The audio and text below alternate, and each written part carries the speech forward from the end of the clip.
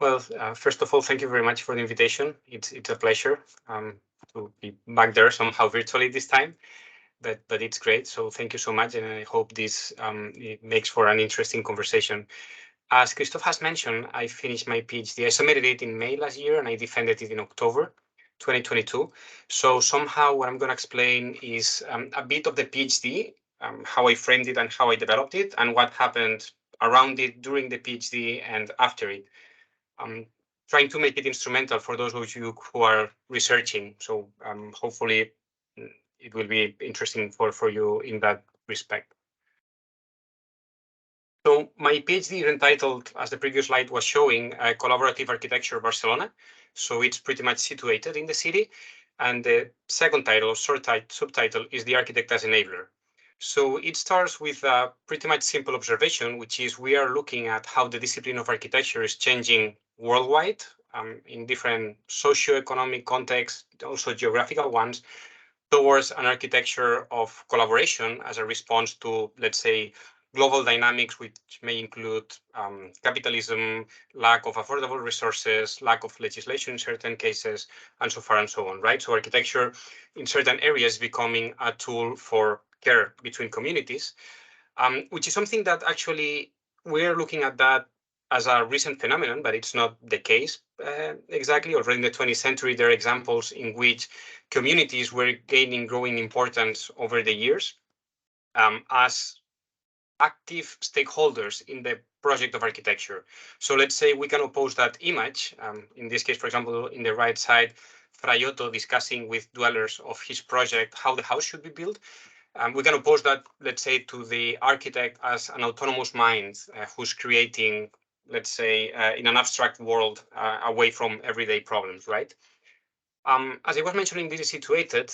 In my case, the research context is in Barcelona, and I sort of argued it's relevant to study this phenomenon in the city because of three different situations.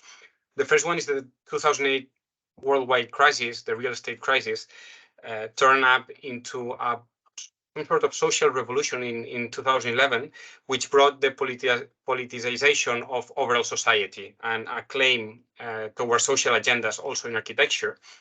The second one is municipalism. So how these social movements in 2015 got to the government of the city. The person who you see in the image is the same, Ada Colau. On the left-hand side, she was dressed as a superhero for the right to housing. And on the right side is the first time she got to be the mayor of Barcelona in 2015. She's still nowadays.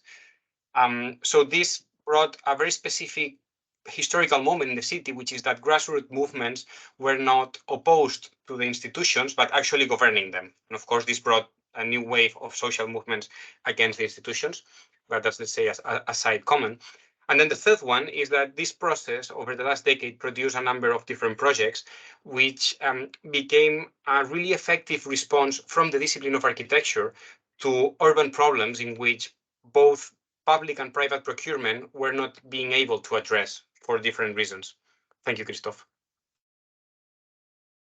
This, as part of the observation, this led to the emergence of new tools for architects. Architects were still designing, but they were doing somehow differently. On the left-hand side, Lacol architects in a workshop with dwellers, not that far from the image that we were looking at of Fraiotto. On the hand right side, Arquitectos de Cabecera, which is the practice that Christoph was mentioning, would be translated as community architects or GP architects or family architects. In 2015, we set a free architecture office, aiming architecture to be a social service open for everyone who would need that, right? Of course, there's then all the theoretical research that I developed, many publications that have appeared, and I think also recently this has gained some importance.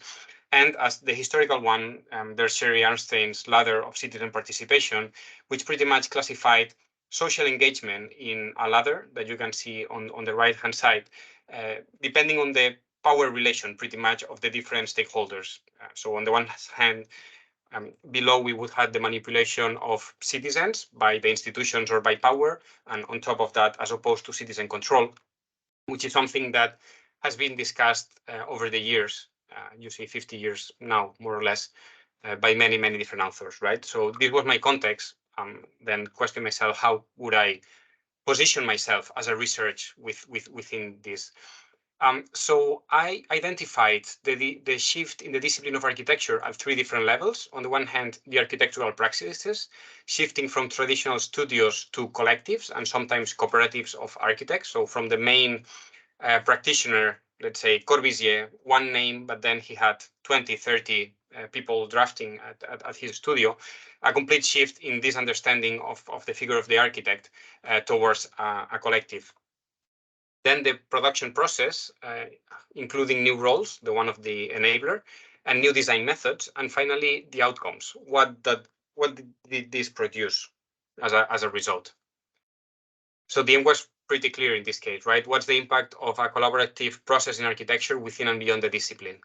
So to do that and to be able to frame my research, I developed this mind map, which I hope it's going to be helpful for you, which is pretty much the mind map of my entire research. So all the PhD that I developed can be explained with one single drawing.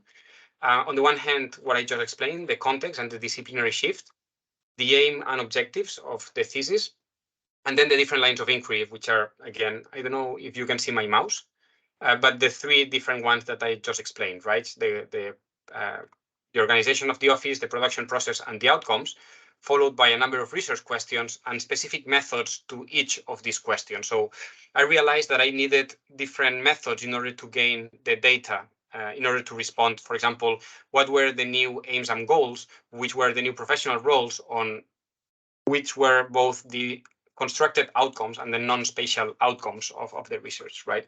And finally, the contribution to knowledge, didn't mention that, but I developed a PhD by practice. So I wanted to have an impact both to the theory of architecture, in this case, an analysis of the practice and analysis on the impact, but also to practice itself. So it emerged the idea of developing a toolkit for collaborative architecture, which could be both a form of analysis and an instrument for practice. So very briefly, these are like the 4 methods: theoretical research, more or less what I explained. And then on the one hand, qualitative research.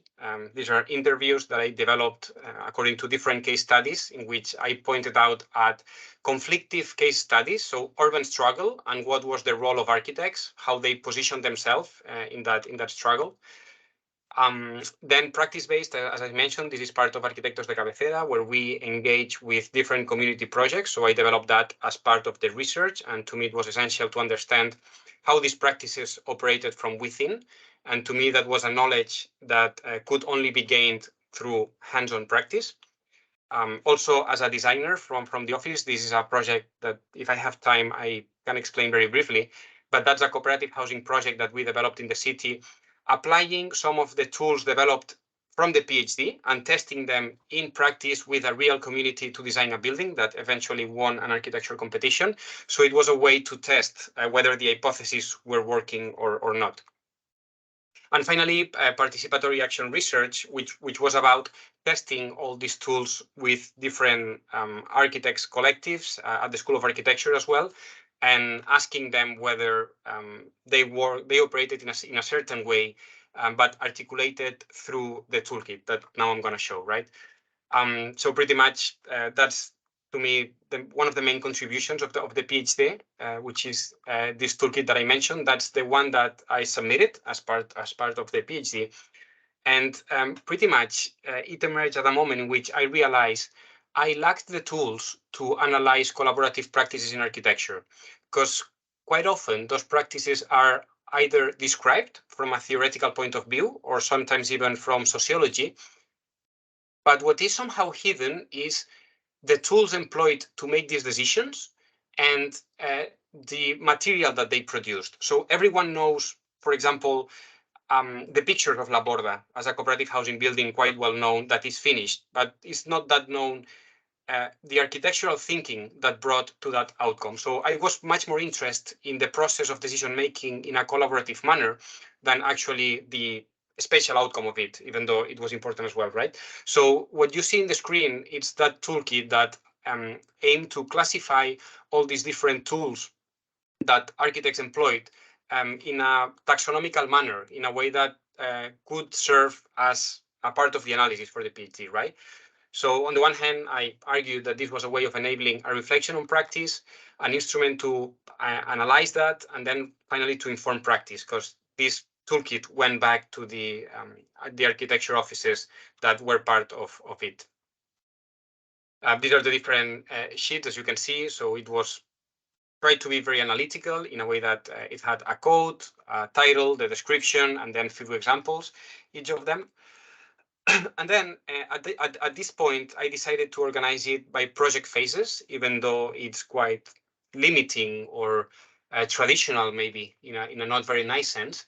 But it was absolutely useful in order to identify the different tools that were incorporated in specific moments. And this produces a change. So it's not the same to, for example, engage with dwellers when you're planning, when you're doing what typically is called participative process, which it's a term that I'm against that because I find it absolutely problematic.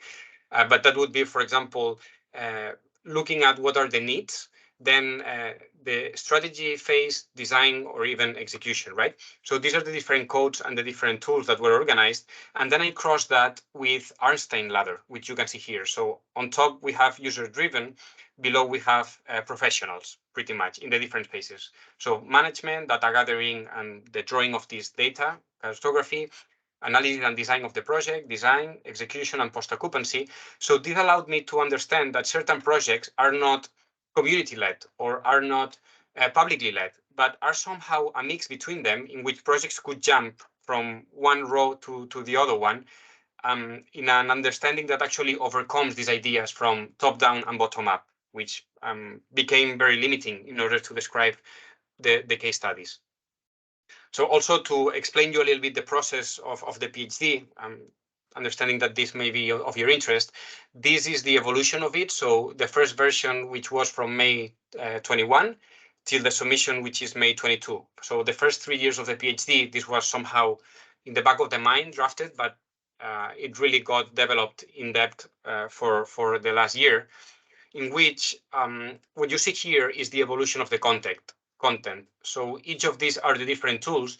This is to understand how they changed from one chapter to the other, meaning phase of the project to another one, new tools that emerge and tools that actually didn't have sense to be there, or two tools were joined in a single one. So this became really an evolutive process as long as the project was being developed, and it gained complexity over time. And that's what's going to happen next, which, as Christophe has mentioned as well, that's being developed into a book that hopefully will be published in April. We're really pushing for that. But anyway, to me, it was important that what I developed as a PhD research could have an impact beyond academia in practice, right? So this toolkit was already being, let's say, done with the idea that someday this could raise an interest beyond research itself, although I hope this is employed at some point also by other researchers. How I am on time, Christophe?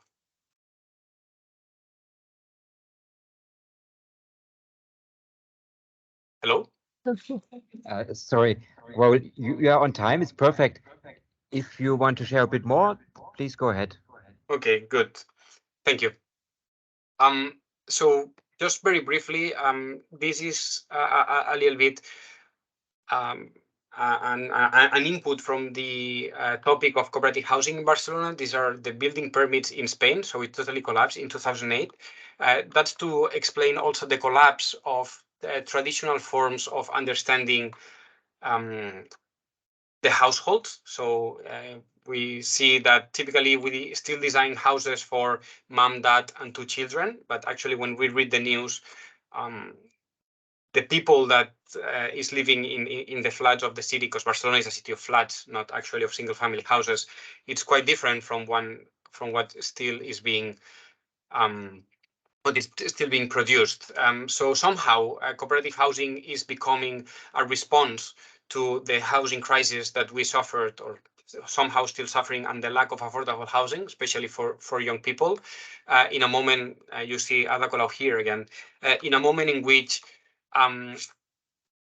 public procurement is not being able to develop enough affordable housing, and arguably not even targeting the problem of housing in the right way. So the story of cooperative housing in Barcelona is very recent, although some other countries, Scandinavia, Uruguay, Switzerland, so far and so on, have a very long history. Barcelona is quite recent. These are the two first prototypes. On the left-hand side, La Borda, new building. On the right side, Carrer Princesa, which was a refurbishment. So as a prototype, those buildings allowed dwellers to take control over the process. So of course, this meant that architects automatically had to take a different role in developing that. Which, for example, in this case, you can see dwellers discussing here at the very beginning of the project, the dwellers discussing how the plan or the furniture should be in this case, dwellers actually building or partially building some parts of it. Self-construction is not very popular in Spain because it's being prevented by regulation. But anyway, they managed to build common areas of the building and then dwellers living in it, right? So the interesting bit to me of these four images is that the people that we see in the four of them are the same people.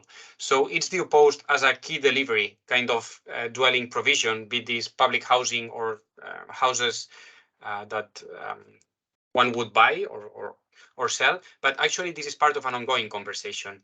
And this allowed, for example, in the case of La Borda, that if a conventional project has housing spaces and common areas, to introduce community areas. So there was an explicit decision of dwellers to have smaller flats, to have more community areas, because the amount of money and the surface that you may build is already limited, right?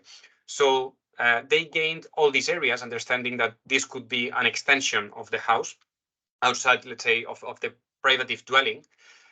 Which is something that was already tested. So, for example, in this case, the individual living cell, the minimum space by Teige back in the 30s.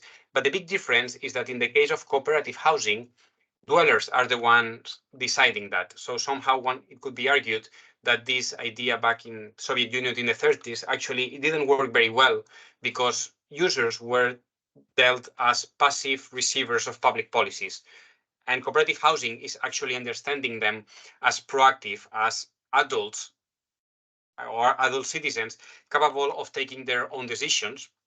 And this was crossed with the different needs. So not producing housing units or dwelling units anymore for mom, dad, and two children, but actually in this case, you see there's a system of certain variations of the plan that could allow for flexibility, right? So three different sizes of typologies, not defining the household, defining strictly the size of it.